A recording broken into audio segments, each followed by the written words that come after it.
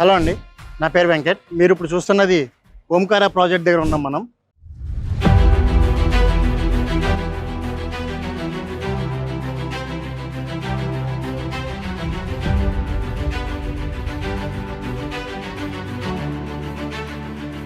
ఇది జహీరాబాద్ మున్సిపాలిటీలో ఉంది, అలాగే హైవే ఫేస్కి ఆనుకొని ఉంది. ఈ టోటల్ ప్రాజెక్ట్ వచ్చేసరికి 13 acres ఉంది. DTCP and RERA approved. మీకు ఒకసారి మీకు లోపలంతా వెంచర్లని ఇమ్యూనిటీస్ అన్ని కూడా దగ్గర నుంచి చూపిస్తాను.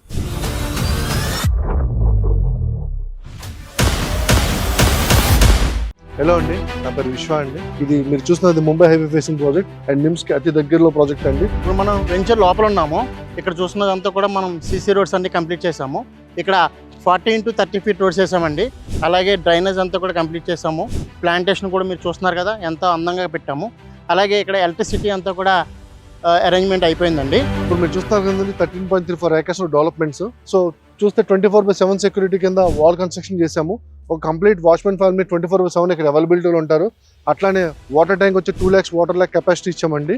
మామూలుగా అయితే డిటీసీలో వాటర్ కెపాసిటీ అవసరం లేదు, బట్ మేము as per the norms 2 lakhs water capacity ఇచ్చామండి. అట్లానే open park area almost 1.5 acre వదిలేమండి. ఆ 1.5 acreలో కూడా club house with swimming pool with guest rooms కూడా ఇస్తున్నామండి.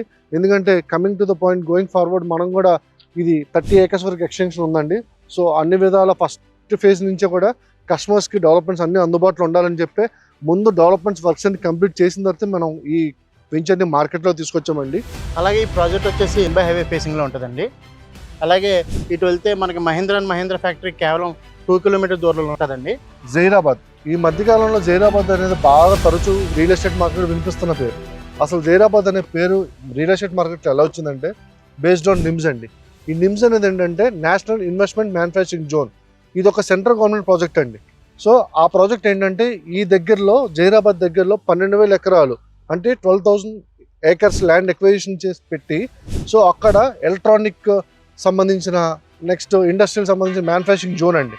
సో ఆ ప్రాజెక్ట్ దగ్గరలో మన ప్రాజెక్ట్ ఉందండి. సో అందుకే ఈ మధ్యన బాగా కూడా నిమ్స్ అనే పేరు అనేది మార్కెట్లో బాగా స్ప్రెడ్ అవుతూ జనాల్లో కూడా చాలా అవేర్నెస్ వచ్చింది.